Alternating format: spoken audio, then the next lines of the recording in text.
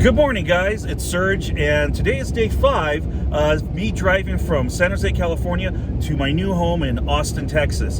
Today we've got a relatively short drive. I'm driving from Santa Rosa, New Mexico to Lubbock, Texas. It's about 200 miles and about 3 hours. I was originally going to go to Odessa, but a bunch of people told me to go to Lubbock instead. They said there's a lot more things to do there and it's a lot more interesting. Can't wait to get into Texas and finally get my hands on some good barbecue. Well, I've officially crossed over into Texas, but I'm still not in Austin. I'm in the middle of nowhere. Well, guys, I just got in, and the two barbecue places I wanted to go hit are both closed on Sundays, and I'm familiar with Torchy, so this is gonna be my first meal in Texas. We're gonna stop at Torchy's Tacos, grab some tacos. Let's go eat some food. Let's go inside and grab some tacos. Appreciate it. You're welcome.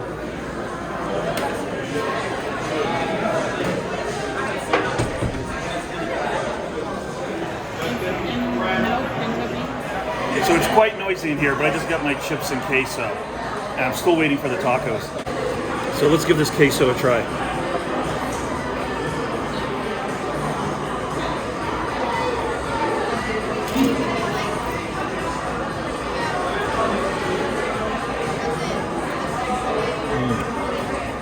Cilantro adds a great flavor. So my tacos just arrived. We've got the trailer park, the shrimp, and then the green chili pork. All of these look absolutely delicious. I've had these before and they're amazing. I gotta stop saying amazing. We should have a game. Every time I say amazing, everybody take a shot. Okay, let's do this. First one we're gonna try is gonna be the trailer park. It is, I believe, breaded chicken, and I got it trashy, so they take off the lettuce and they add queso. Look at that goodness.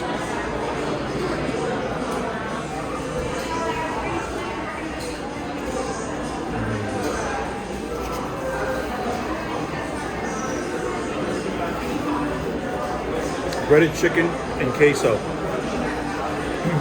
It's a heart attack waiting to happen, but it's delicious. Okay, up next is going to be the shrimp taco, the Baja shrimp. Put a little lime on it, and there's sauce that goes with it.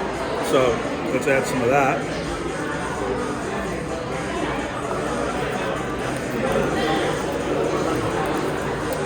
And there you have it.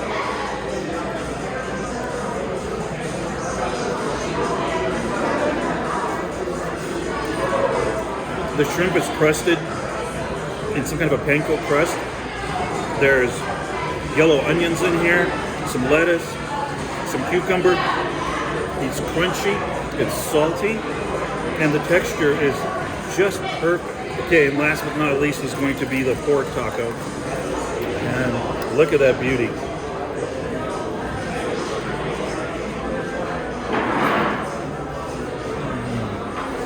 Wow. So good.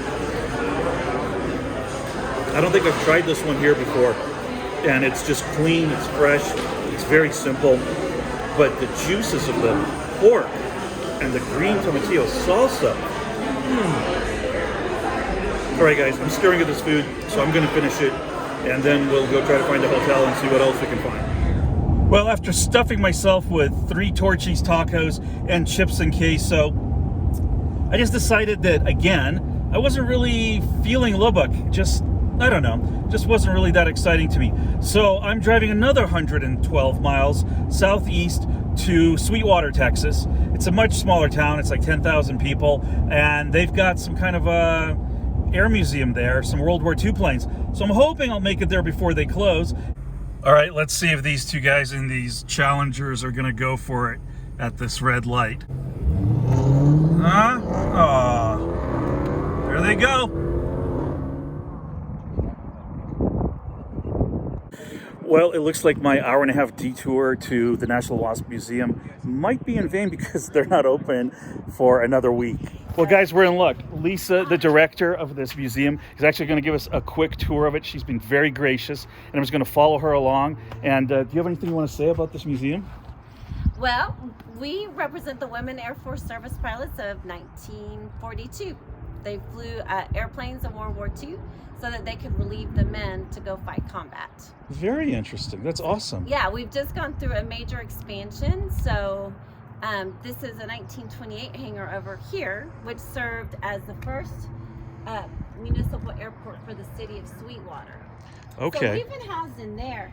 Beyond the horizon, as you look to this group of buildings over here, that was actually the Air Force base where the ladies trained. There's not much left there because it wasn't built to last. It was thrown up, very hastily because of war conditions, and buildings, burned down, rusted, so forth. So there's not a lot out there. We built this replica hangar in 2017, and but we weren't able to. We had to fundraise more for the interior. So it's now complete, and we have interim exhibits. We're now fundraising for professional installed exhibits, and they'll be coming in 2023. So, interesting. Yeah. Yeah, great. Thank you so much. This is great, guys. We're going to get a quick sneak peek at this museum. So this is a replica hangar, a replica gate of what the ladies would have entered into. This is kind of an iconic picture that was taken, because when they walked up, that every woman went under this gate. We said Aviation Enterprises. Sure. Wow. These are the leaders of the WASP program. The woman in the middle, Jacqueline Cochran, she was the commander of the WASP. On the left is Nancy Love, and she was the director of the Women's Auxiliary Ferrying Squadron, the WAFs. The WAFs actually came before the WASP. They were truly the first women to fly for the Air Force. There's 28 of them, but they ended up getting lumped in with the WASP. Very cool. Yes. So, and what kind of led you to opening this museum? Because they trained here in Sweetwater, and so it was an all-through training base, which is unusual. Usually, for primary you'd go to one base, basic you'd go to another. And this was an all-in-one. And this is all-in-one. How fascinating. Yeah. So they came here. They were here for 6 to 7 months with intensive training. Only women allowed, other than the instructors.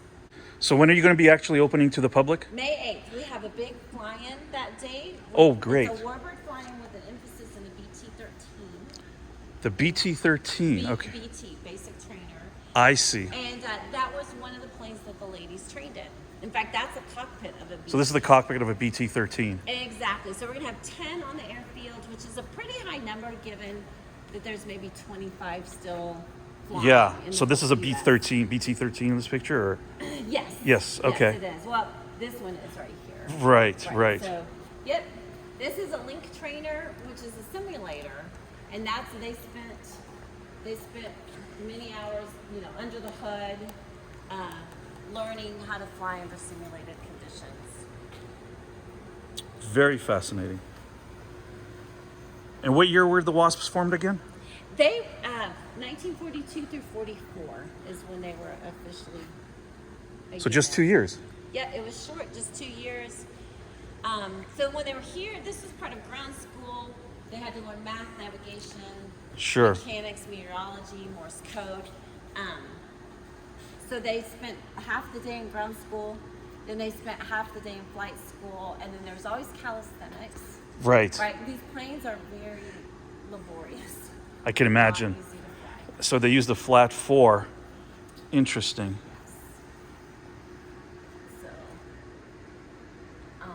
Interesting, guys. This kind of reminds me of a Porsche 912 engine. It's a flat 4. And the displacement on this is, well, it's a 4-cylinder, 65 horsepower. Very interesting. Wow. So, yep. Okay. And the chin-up bar. Yes. Lisa's going to do 20 chin-ups for us. Yeah, she's not. Neither is Serg, not to worry. Not to worry. So, and this, over here, if you turn this way, this is what they did after graduation. They were at 120 DD bases. They went all over the U.S. One of their biggest jobs was ferrying aircraft, but they also did tracking and searchlight missions. They did smoke laying and chemical missions.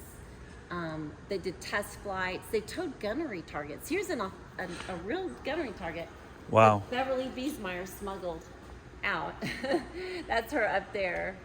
Did any of them actually serve in action? I mean, they all served, but I mean, Not in action. Not in action. Okay, Not they were in support action. unit and They help. were. Okay. It freed them in to go. But if you see that picture, you see the plane towing that Sure, target. sure. And so they had live artillery coming at that target. Wow.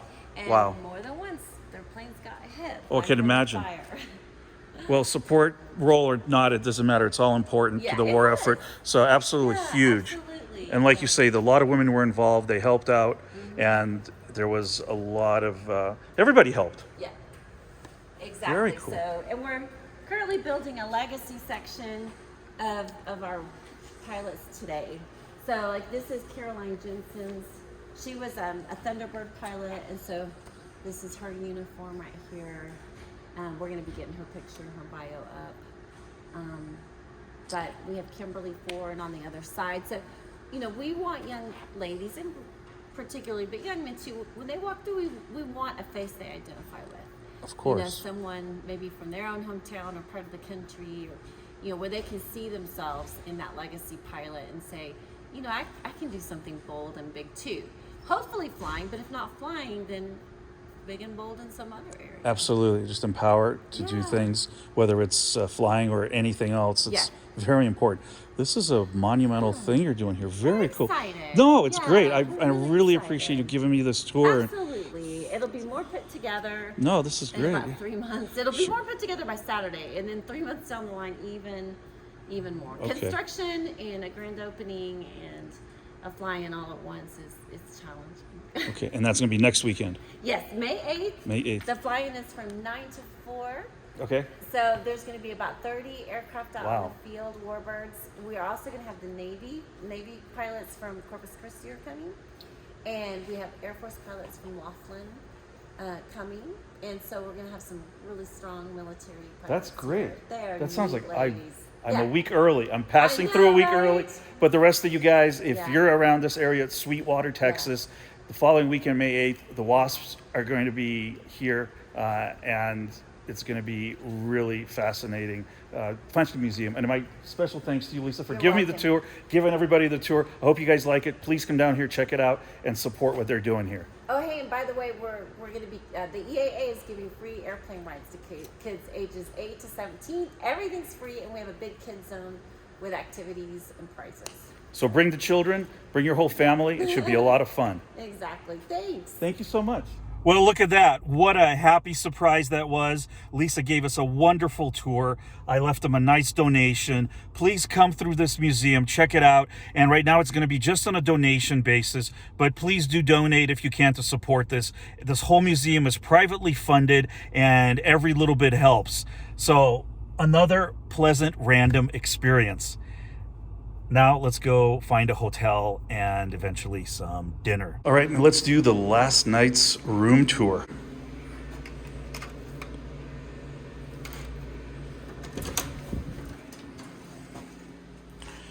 Pretty simple.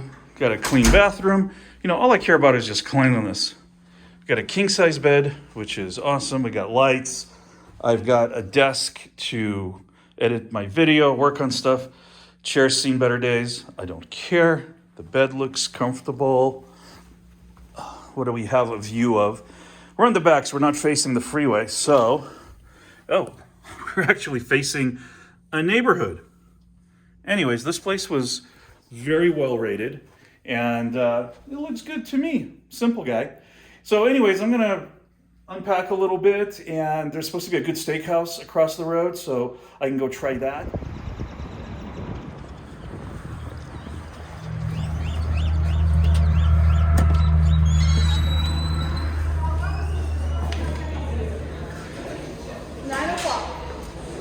Hey guys, just table for one, yeah. Table for one? Okay guys, so I'm having the 3 meat barbecue plate, and apparently it's buffet style, but it's one plate and they said make it count. So we're gonna make it count. Well, they said you get one trip and load it up, so that is what I did. We got macaroni salad, coleslaw, potato salad, obviously cornbread, and look at this giant stack of meat. I got ribs, jalapeno sausage, and chicken. Oh my God. Okay, guys, let's give this a try. This looks absolutely crazy. Got to try the potato salad.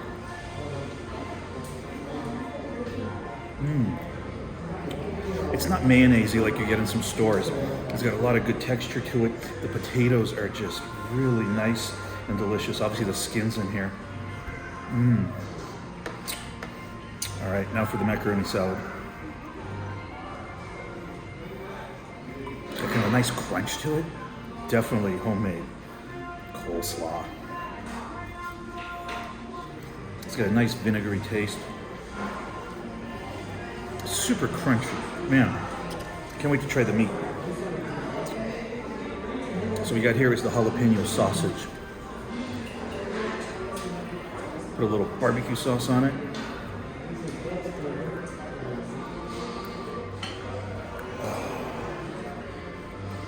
Not too spicy, just right. Now for the chicken.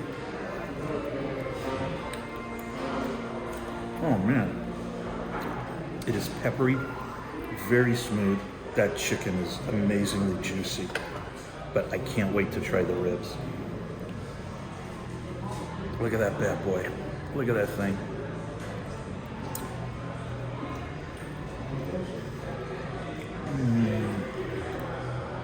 Oh my God, it just falls off the bone.